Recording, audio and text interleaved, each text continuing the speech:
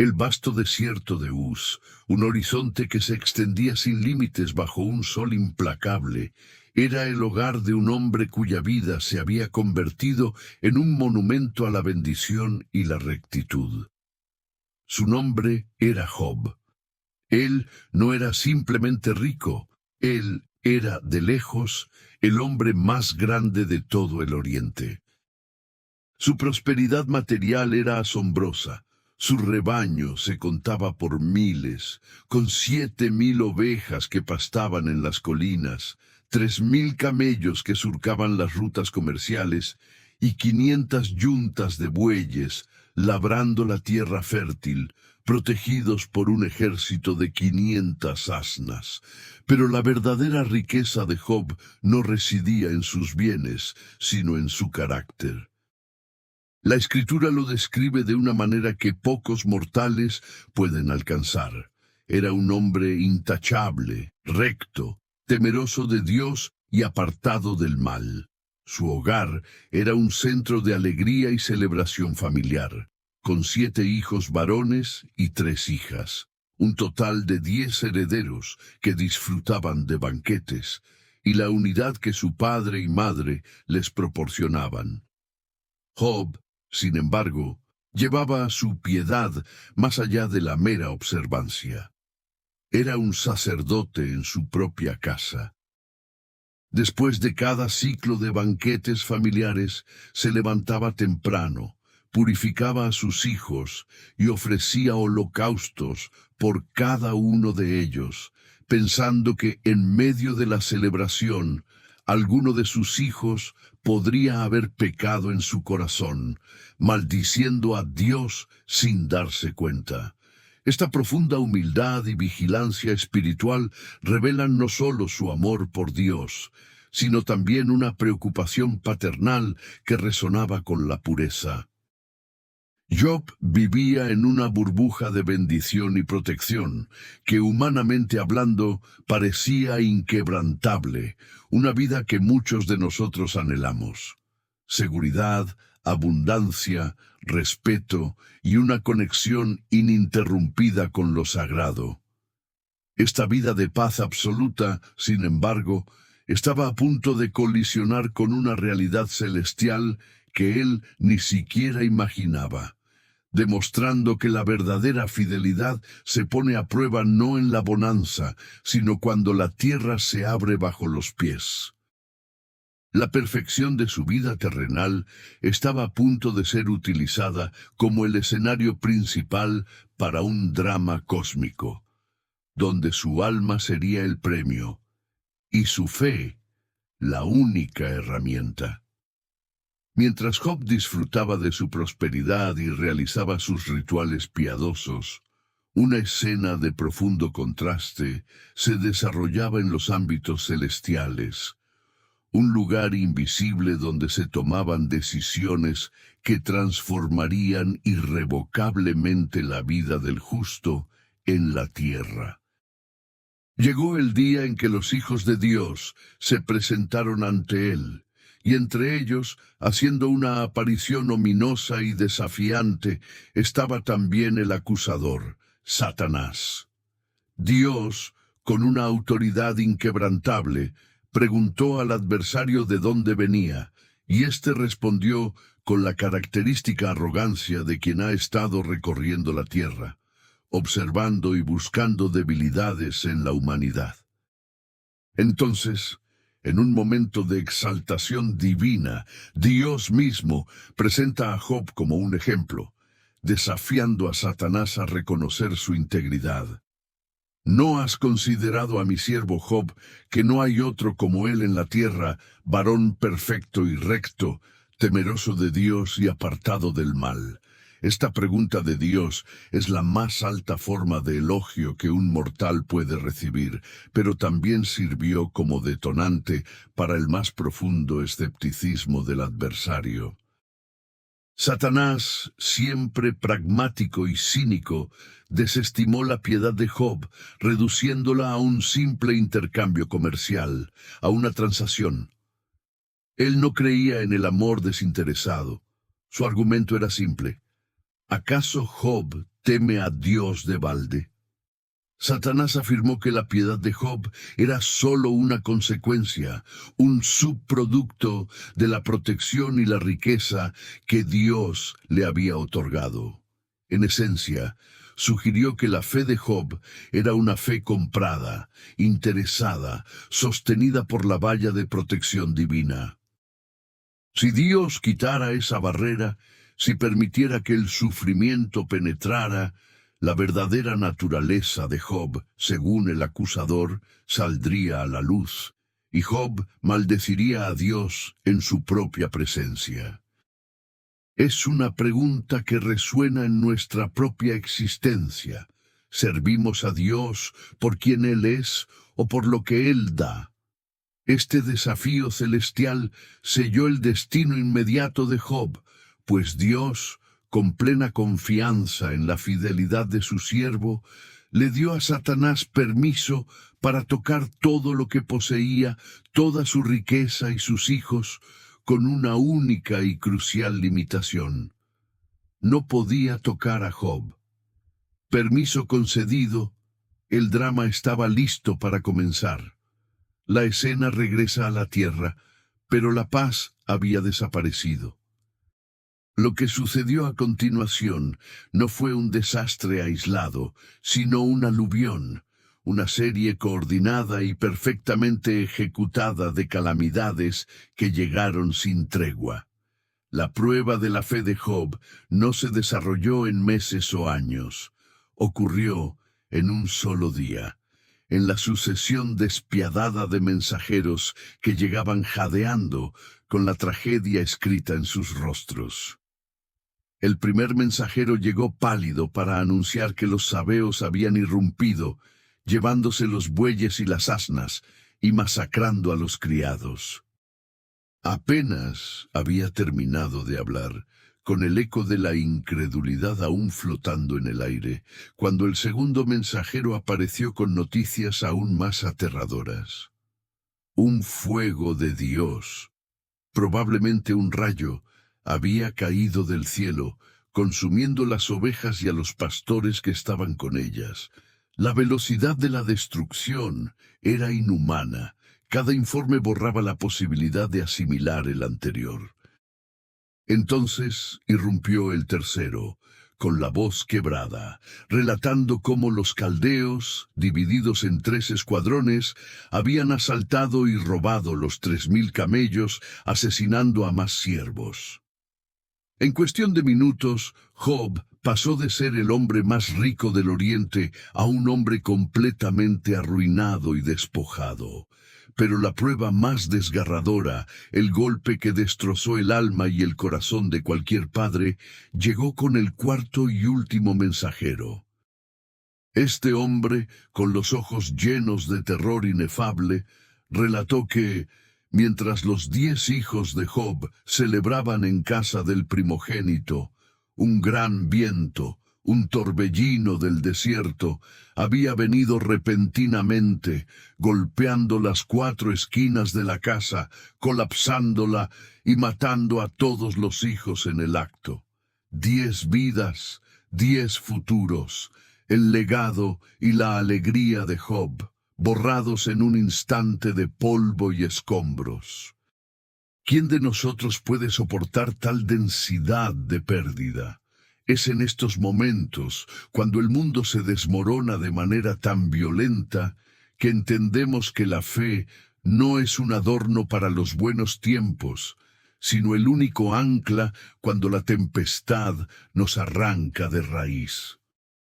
Si esta historia te está conmoviendo profundamente, si reconoces la dureza de la prueba que Job enfrentó, te invitamos a dejar tu me gusta y suscribirte a este canal, para que esta palabra de fortaleza pueda alcanzar a más personas que están buscando significado en medio de su propio dolor. La reacción de Job ante la recepción de la noticia fue un testimonio mudo, pero poderoso, que resonó desde Uz hasta las cámaras celestiales. Un hombre que había perdido su riqueza, su seguridad y a sus 10 hijos en un solo y brutal amanecer, respondió de la única manera que un hombre verdaderamente sometido puede hacerlo. Primero, el luto físico se manifestó de forma inmediata y visible. Job se levantó, rasgó su manto en señal de profunda angustia y rasuró su cabeza, reconociendo el dolor físico y emocional que inundaba su cuerpo. Estas son expresiones naturales del dolor humano, una necesidad de externalizar la herida interna, y Job, aunque recto, era plenamente humano. Sin embargo, lo que ocurrió después trascendió la mera reacción emocional.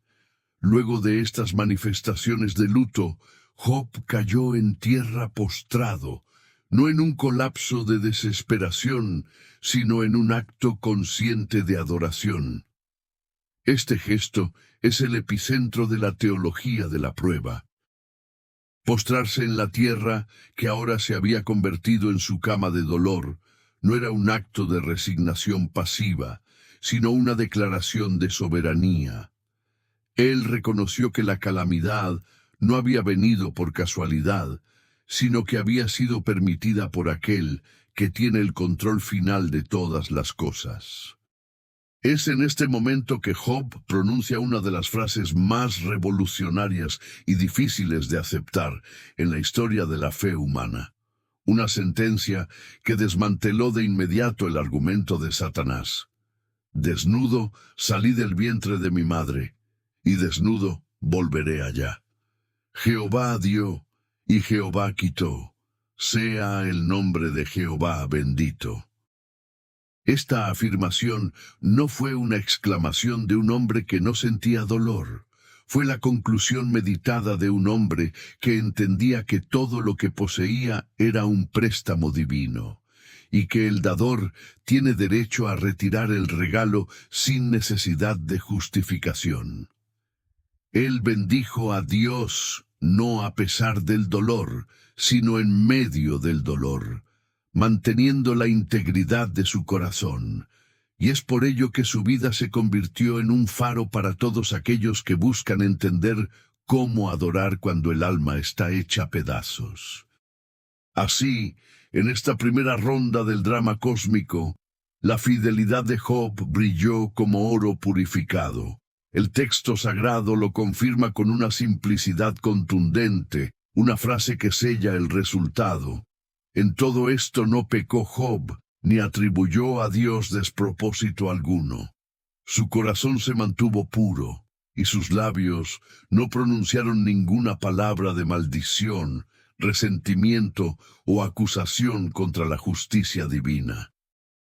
Job comprendió que la adoración no está reservada únicamente para los días de bendición y cosecha, sino que encuentra su máxima expresión cuando uno está postrado en el polvo, reconociendo que la bondad y la justicia de Dios no dependen de las circunstancias favorables.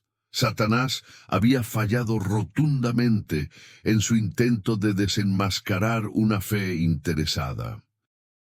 Había despojado a Job de su riqueza, de sus siervos y de sus 10 amados hijos, esperando una explosión de ira contra el Creador, pero solo encontró un corazón que, aunque roto, seguía adorando.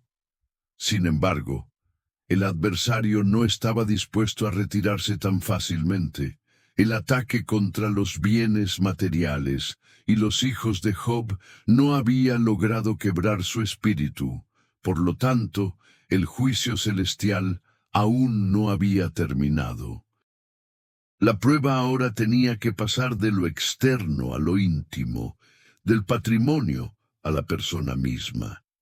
El adversario, convencido de que la piel es más importante que cualquier posesión, estaba a punto de regresar al ámbito celestial para pedir un permiso más doloroso, una licencia para tocar el cuerpo de Job, para infligir un sufrimiento que iría más allá de la pérdida y penetraría en la carne y el hueso. Job había ganado la batalla de los bienes, pero ahora enfrentaría la guerra de la enfermedad y el abandono personal. La prueba más solitaria y cruel estaba a la espera, y la próxima escena nos mostrará a Job despojado de su dignidad física, sentado en ceniza, con el rechazo incluso de aquellos que debían amarlo incondicionalmente. ¿Cómo reaccionará un hombre que ya lo ha perdido todo cuando incluso su propia salud y la lealtad de su esposa sean puestas a prueba? Este será el oscuro y profundo camino que exploraremos a continuación. El adversario, frustrado por el fracaso de su primer intento, regresó al concilio celestial con un nuevo y más venenoso argumento. Job había demostrado que podía soportar la pérdida de su vasta riqueza y de sus 10 hijos, manteniendo su integridad y su adoración, pero Satanás argumentó que Job había mantenido su fe simplemente porque había sido preservado en su salud y en su vida, apelando a la idea de que piel por piel, todo lo que el hombre tiene dará por su vida. Esta frase es una declaración cínica sobre la naturaleza humana, sugiriendo que cualquier persona soportaría cualquier pérdida con tal de preservar su integridad física. Satanás desafió a Dios a que le permitiera tocar a Job personalmente, a herir su cuerpo, afirmando que sólo entonces Job se volvería en su contra y maldeciría al Creador en su rostro. La fe de Job ahora iba a ser sometida a un escrutinio biológico, una prueba que iría más allá de lo emocional y se adentraría en el tormento físico constante.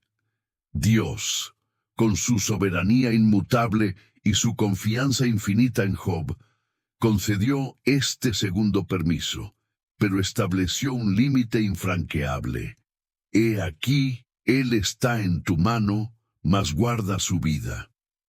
Esta limitación final era la línea de arena. Satanás podía infligir todo el dolor imaginable en la carne de Job, pero no podía arrebatarle el aliento. Este permiso fue más difícil de asimilar que el primero, pues si antes Job había sido un espectador de su propia tragedia material, ahora se convertiría en el protagonista sufriente. El adversario abandonó la presencia divina con renovado fervor destructivo y se dirigió a Uz para ejecutar la sentencia de dolor, transformando la vida de Job, que ya era un desierto emocional, en un purgatorio físico. La escena, ya desoladora, estaba a punto de volverse insoportable, demostrando que la prueba del justo es a menudo la más profunda y solitaria de las experiencias humanas. Un eco del sufrimiento de Cristo que nos enseña que el dolor no siempre es proporcional a la culpa. El golpe fue inmediato y abrumador. Job fue herido de una sarna maligna, una aflicción que cubrió su cuerpo desde la planta de su pie hasta la coronilla de su cabeza. Esta no era una simple picazón o una molestia superficial.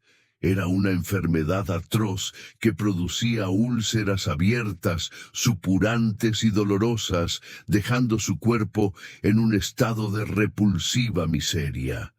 La agonía física era constante, sin momentos de alivio, una tortura que no solo consumía su cuerpo, sino que también destruía su dignidad. El hombre que había sido el más respetado y reverenciado del Oriente, ahora se encontraba sentado en medio de ceniza, fuera de los límites de la ciudad, en un muladar. Este era un lugar de desecho, un símbolo de su condición de paria y de inmundicia, abandonado por la sociedad, y consumido por la enfermedad.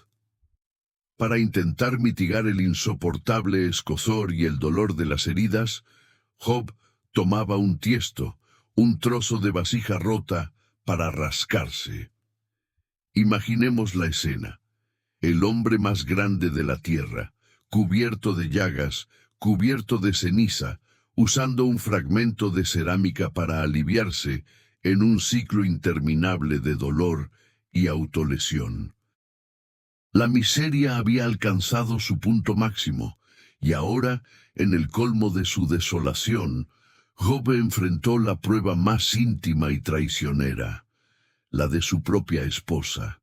Ella, que había compartido su prosperidad y había perdido a sus 10 hijos, miró a su esposo consumido por la enfermedad y en lugar de consuelo o apoyo, le ofreció una amarga sugerencia que reflejaba su propia fe colapsada y su dolor insoportable.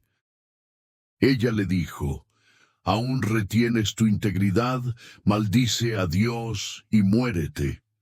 Ella no solo deseaba el fin del sufrimiento de Job, sino que también proponía una rendición espiritual total, sugiriendo que la única salida era romper su pacto con Dios y liberarse de la carga de la fidelidad.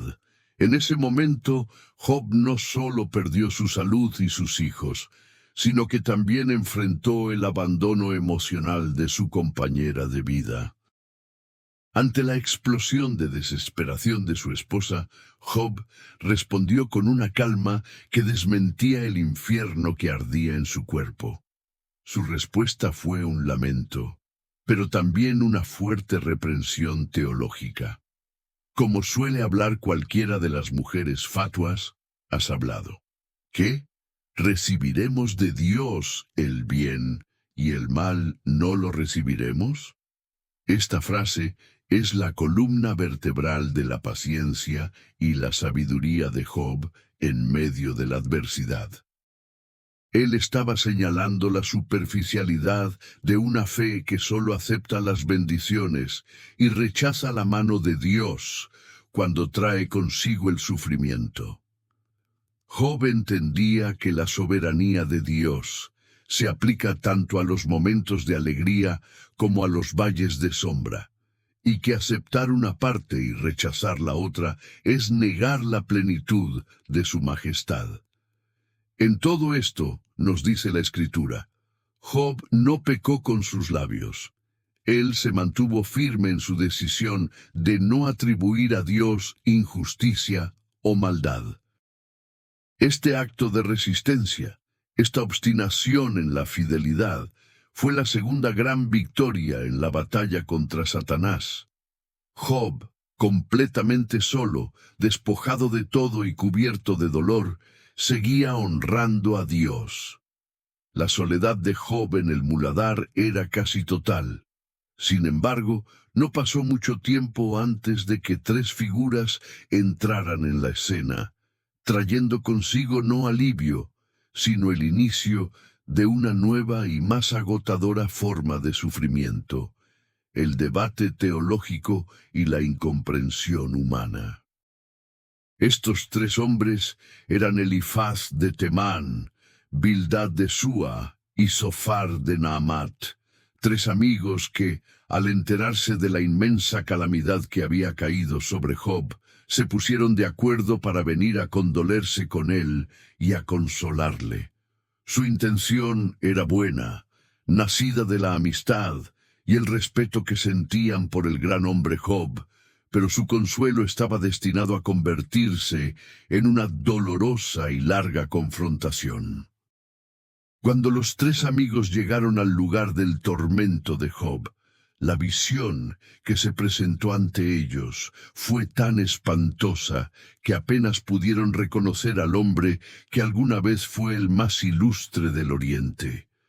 Vieron a Job sentado en la ceniza, irreconocible debido a las llagas, la suciedad y la desfiguración causada por la enfermedad. El impacto visual fue tan grande que por un momento la magnitud del sufrimiento silenció todas sus palabras preconcebidas de consuelo. Ellos levantaron la voz y lloraron a gran voz, rasgando cada uno su manto y esparciendo polvo sobre sus cabezas hacia el cielo, un ritual de luto que demostraba la profundidad de su consternación y la empatía que inicialmente sentían. Entonces, en un acto que parecía la cúspide de la piedad y el respeto, se sentaron con Job en el suelo, allí mismo en las cenizas, durante 7 días y 7 noches. Este período de luto silencioso es crucial. 7 días es un ciclo completo de luto en la tradición antigua, un tiempo para estar presente y simplemente compartir el dolor sin interrupciones. Y lo más importante de este acto fue el silencio. Ninguno le habló palabra, porque veían que su dolor era muy grande. Este silencio fue, de hecho, el mejor consuelo que Job recibió en toda la historia.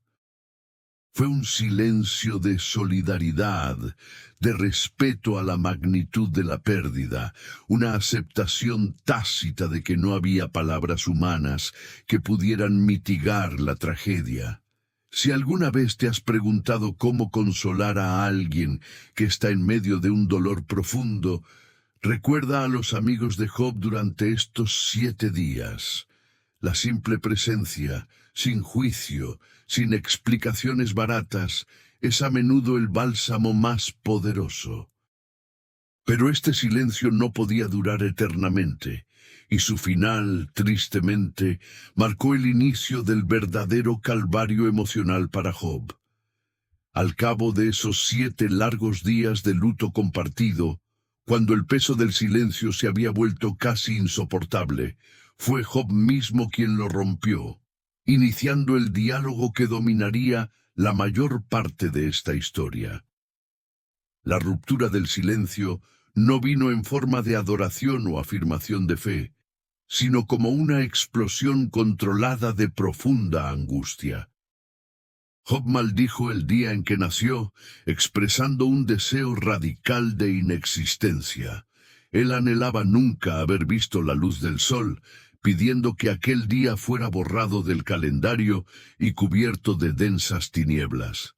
Job no maldijo a Dios, sino a su propio nacimiento, manifestando una preferencia por la oscuridad y la paz del sepulcro antes que por el continuo tormento de su existencia. Él preguntó, ¿por qué no morí yo en la matriz o expiré al salir del vientre? ¿Por qué me sostuvieron las rodillas y para qué los pechos me dieron de mamar? Esta cadena de preguntas es el clamor del alma que busca una justificación para el dolor absurdo. La queja de Job es una manifestación de su profunda humanidad, un grito de dolor que busca un descanso que le ha sido negado. Su lamentación establece el tono para el debate que se avecinará. Job se siente totalmente incomprendido y solo. Su dolor no tiene sentido dentro de la teología de la retribución inmediata, que era el paradigma dominante en su época, y que sus amigos estaban a punto de aplicar con rigor. Al escuchar este lamento desesperado, los amigos sintieron que la puerta se abría para ofrecer su propia sabiduría, abandonando el consuelo empático para transformarse en consejeros teológicos y, peor aún, en acusadores. Su silencio se había agotado, y lo que vino a continuación fue un largo y excruciante intercambio que añadiría un dolor moral y espiritual aún más profundo al sufrimiento físico de Job. Si tú alguna vez te has sentido como Job, clamando por una explicación, preguntando por qué el dolor te visita sin razón aparente, comenta. Yo también busco respuestas en el dolor. Su dolor es real y la falta de respuestas es lo que le abrirá las puertas al cuestionamiento de la justicia divina, llevándonos a la fase más tensa de la narrativa que exploraremos en la siguiente parte. El silencio de los 7 días, que había sido un bálsamo de empatía, se rompió con el lamento desgarrador de Job.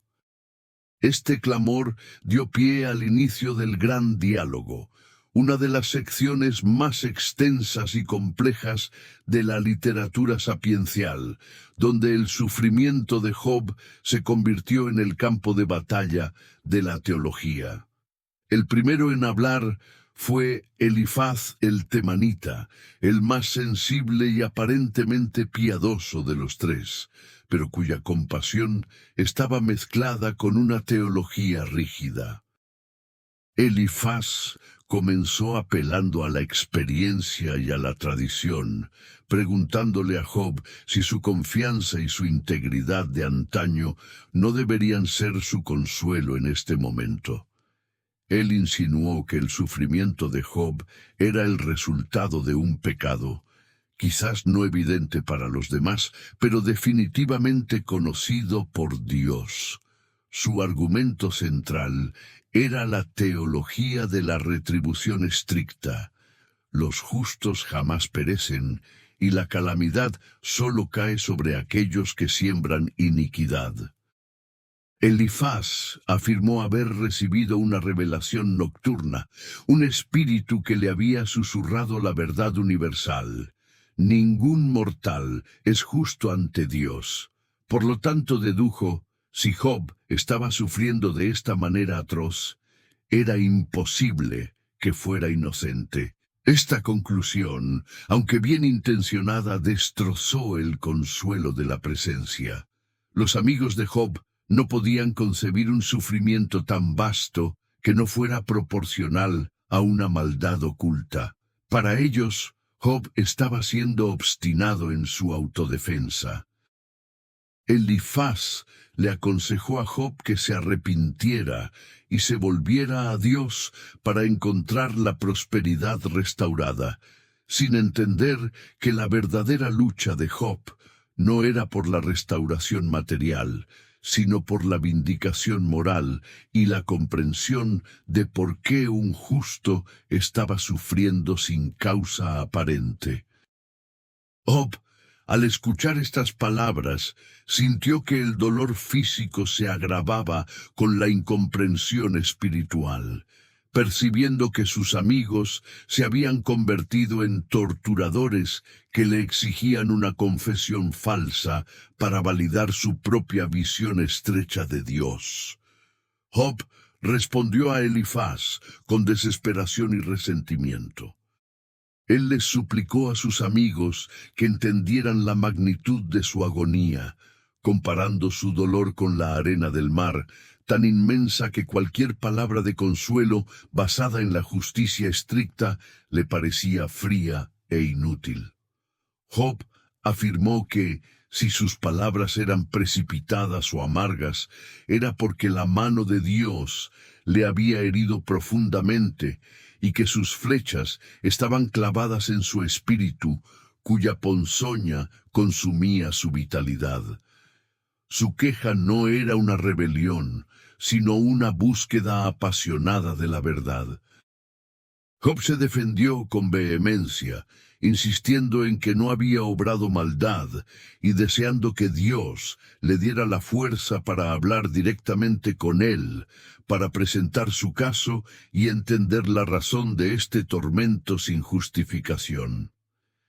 Él llegó a decir que su deseo era que Dios lo aplastara y pusiera fin a su vida, pues sólo en la muerte encontraría el alivio de su dolor incesante. El sufrimiento de Job lo llevó a cuestionar la lógica del mundo que le presentaban sus amigos, un mundo donde la justicia divina operaba como una ecuación de causa y efecto. Él les reprochó a sus amigos su falta de lealtad, comparándolos con arroyos estacionales que fluyen cuando hay lluvia, pero que se secan, y desaparecen en el momento de la necesidad, dejándolo abandonado en la sequía de su angustia. Él no quería sermones, quería humanidad y un reconocimiento de su integridad. La respuesta de Job es el grito del hombre fiel que se siente traicionado por la incomprensión de sus hermanos. Un dolor mucho más punzante que las llagas en su piel. Él deseaba un mediador, alguien que pudiera interponerse entre él y Dios, para que su voz fuera escuchada sin el temor de ser consumido por la santidad. Es aquí donde la historia de Job anticipa la necesidad de un abogado, de un intercesor que pueda argumentar la causa del ser humano ante la majestad divina.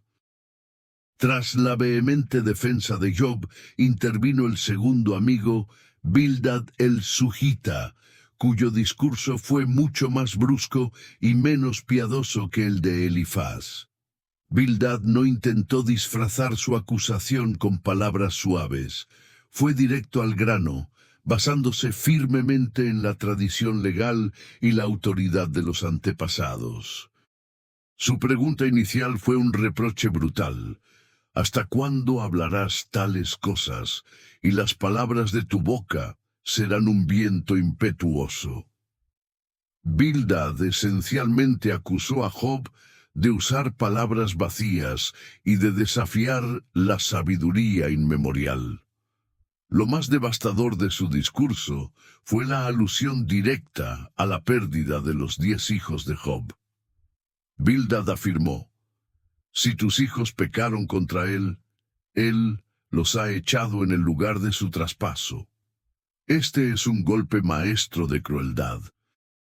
Bildad no solo implicó que Job era un pecador oculto, sino que sugirió que la muerte de sus hijos era la prueba inequívoca de su iniquidad, castigados por sus propias faltas, o quizás como una retribución extendida por los pecados de su padre. Para Bildad, Dios es justo, y si Dios destruye, es porque hay maldad.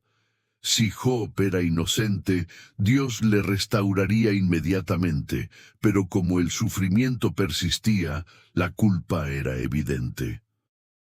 Bildad animó a Job a buscar a Dios y a suplicar misericordia, pero en el fondo su consejo era una exigencia de confesión.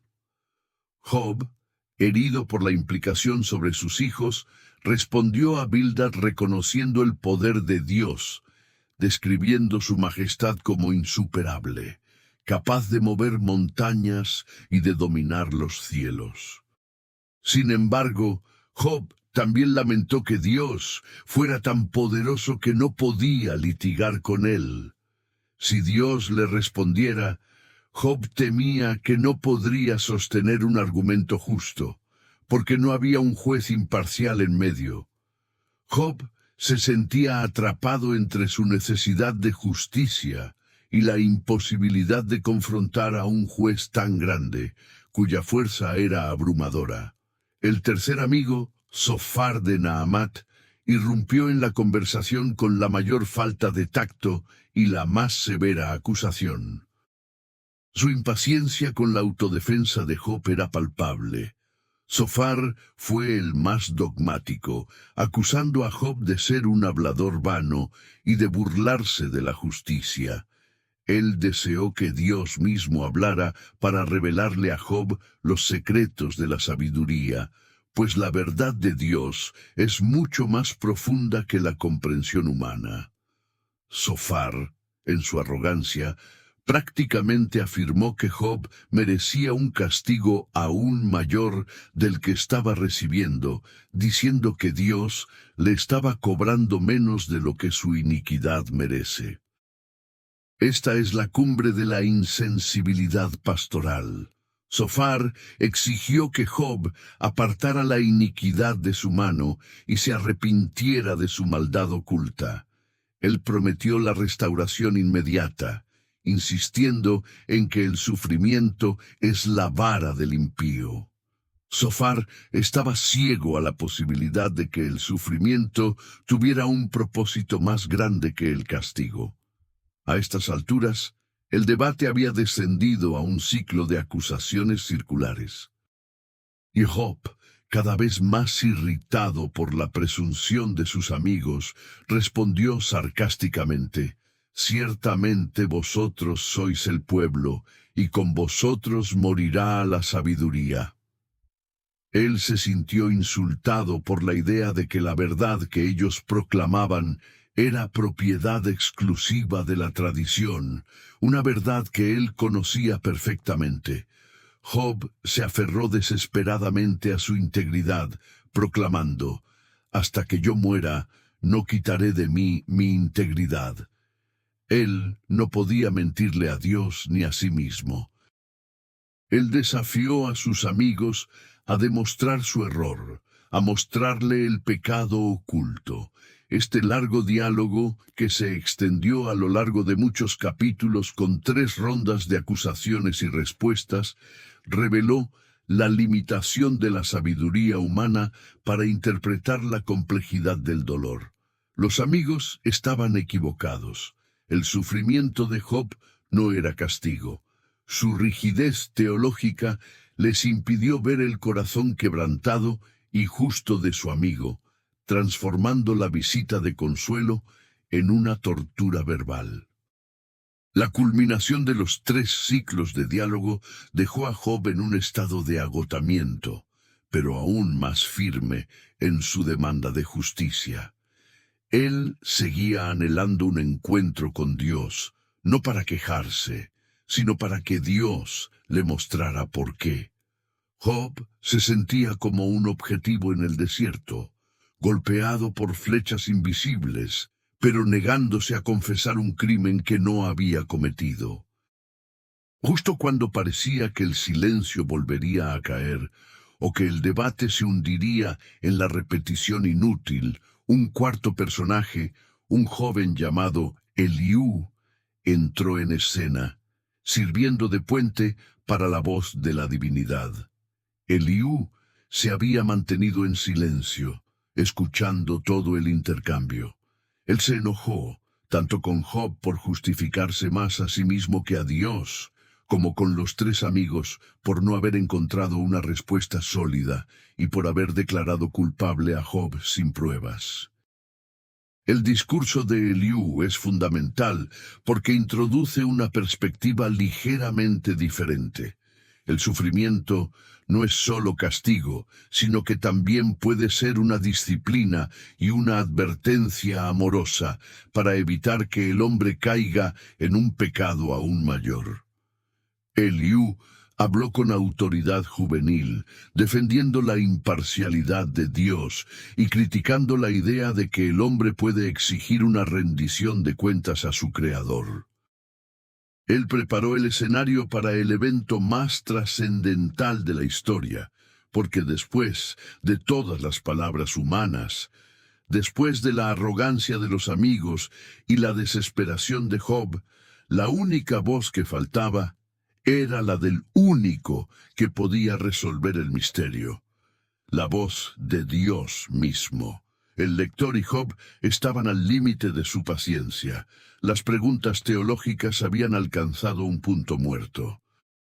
¿Cómo responderá el Todopoderoso a las demandas de un hombre que, aunque justo, se atrevió a cuestionar su justicia desde el muladar de ceniza?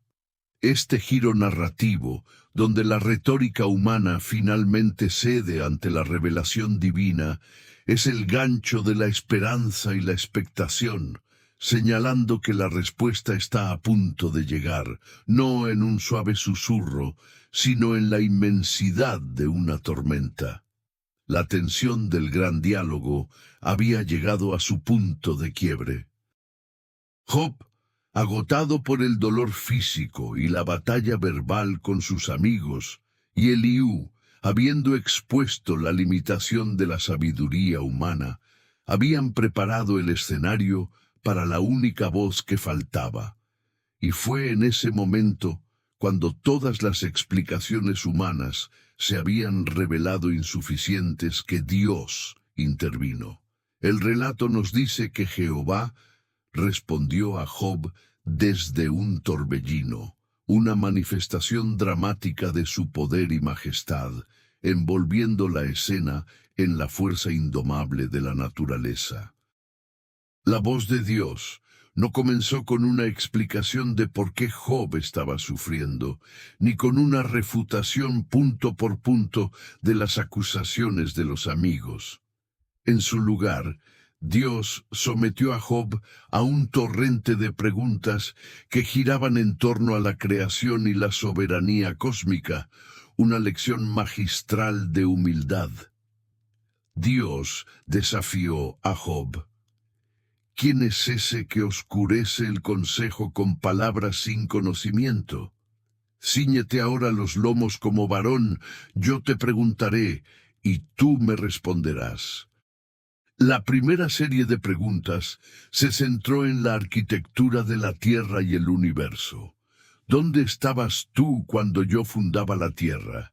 ¿Quién encerró con puertas el mar cuando se derramó saliendo del seno materno? Dios forzó a Job a confrontar su propia pequeñez e ignorancia frente a la inmensidad del Creador. Él le preguntó a Job si tenía conocimiento de los límites del mar, de las fuentes de la luz, de los almacenes de la nieve y el granizo, de los caminos del relámpago, o si podía llamar a las constelaciones por sus nombres.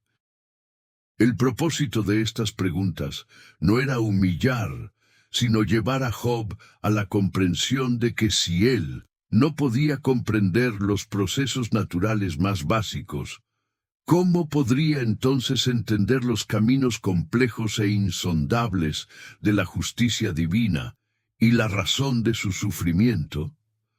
La grandeza de Dios no necesita justificación para el hombre, y su soberanía es absoluta, tanto en la creación de las nebulosas como en el permiso para el dolor en la vida de un justo.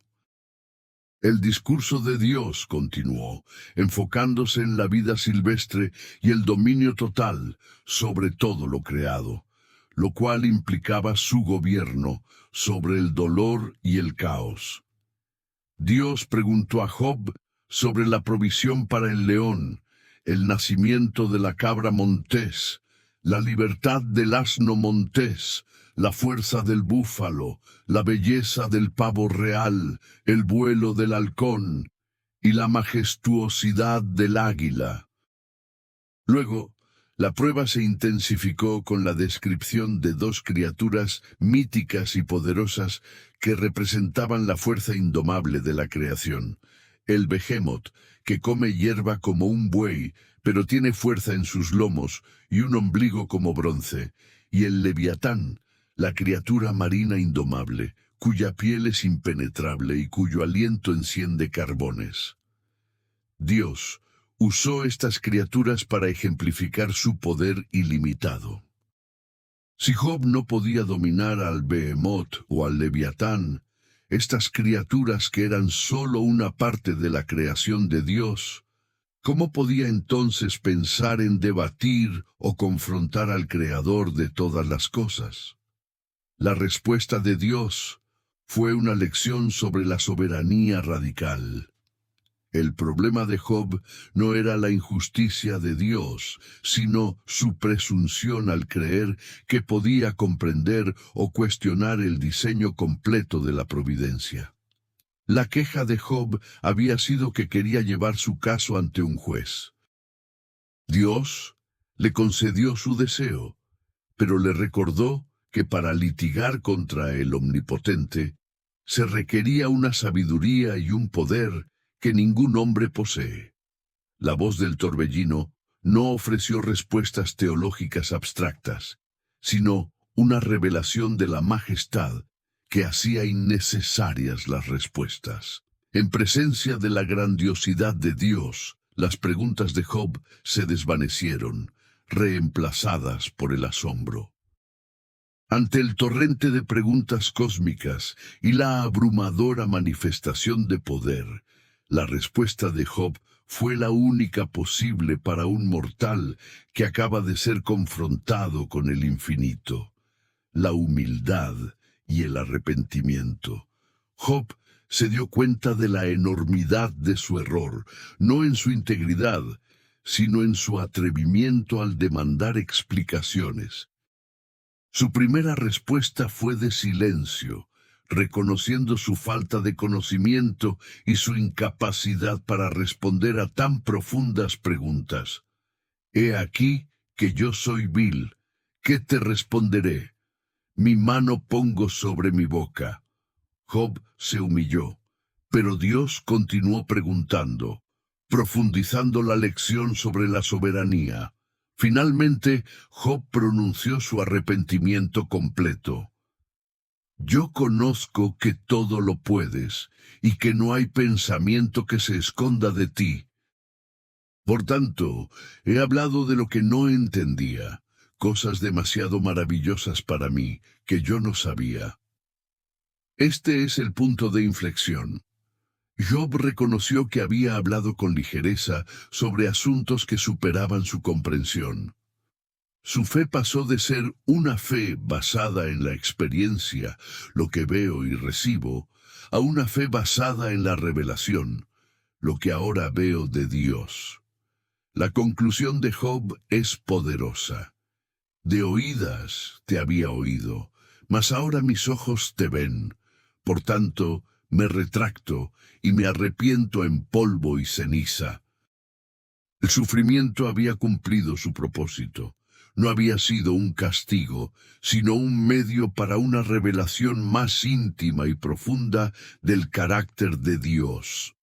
Job, al encontrarse con Dios en la tempestad, se dio cuenta de que la respuesta a su dolor no era una explicación lógica, sino la presencia transformadora del Creador.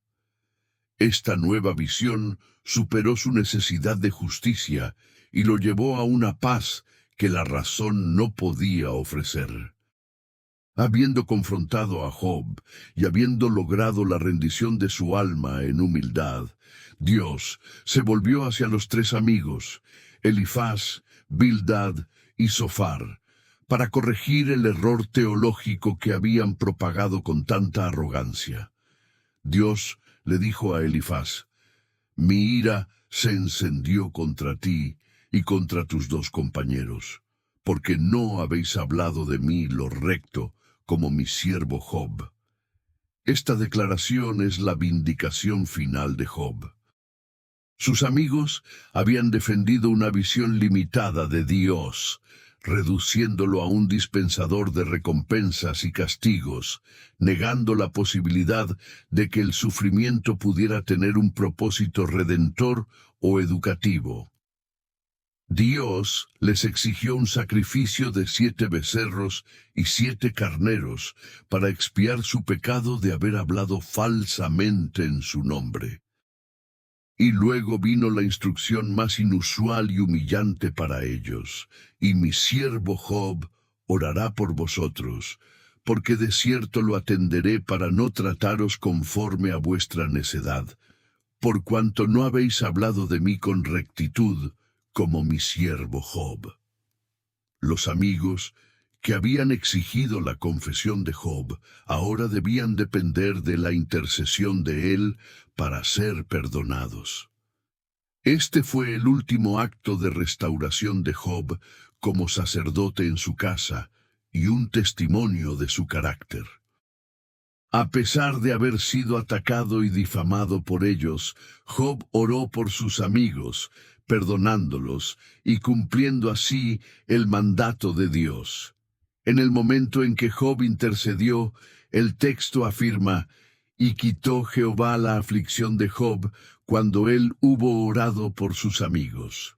El principio de la intercesión y el perdón fue el catalizador de la restauración total. La justicia se cumplió y la misericordia prevaleció, demostrando que la verdadera sanación comienza con la liberación de la amargura y el perdón al prójimo. La conclusión de la historia de Job es un testimonio conmovedor de la fidelidad de Dios a largo plazo. Después de su intercesión, Dios restauró la suerte de Job y le dio el doble de todo lo que había poseído antes. La restauración material fue asombrosa. 14.000 ovejas, 6.000 camellos, 1.000 yuntas de bueyes y 1.000 asnas. Sus hermanos, hermanas y antiguos conocidos regresaron para comer con él, lamentándose con él y consolándolo por todo el mal que Dios había traído sobre él, y cada uno le regaló una pieza de dinero y un anillo de oro, un símbolo de su reintegración social y dignidad. Pero la restauración más preciosa fue la familiar. Job tuvo 7 hijos y 3 hijas, las más hermosas de toda la tierra, cuyos nombres eran Jemima, Cesia y Keren-Hapuk. Es importante notar que Dios no le dio 20 hijos, el doble, sino que restauró el número de 10 hijos y 10 hijas, ya que los 10 hijos originales no habían sido borrados, sino que estaban esperando en la eternidad. La vida de Job se extendió más allá de su prueba. Él vivió después de estos 140 años viendo a sus hijos y a los hijos de sus hijos hasta 4 generaciones. Job murió anciano, lleno de días. Esta historia, fiel a las Escrituras, nos enseña que el sufrimiento del justo no siempre es un castigo, sino a menudo un proceso de refinamiento que resulta en una visión más profunda de Dios y una recompensa eterna. La fidelidad de Job se mantuvo hasta el final, y su historia sigue siendo un pilar de esperanza para todos aquellos que enfrentan el dolor incomprensible. La vida es un misterio de sufrimiento y soberanía, pero la fidelidad es la clave que abre las puertas a una revelación más grande de la naturaleza inmutable de Dios. Si la historia de Job te ha inspirado a buscar una fe que se mantenga firme incluso en la ceniza, te invitamos a suscribirte a este canal y compartir este mensaje de esperanza. Agradecemos profundamente tu atención y tu viaje con nosotros a través de esta profunda narrativa de fe y redención.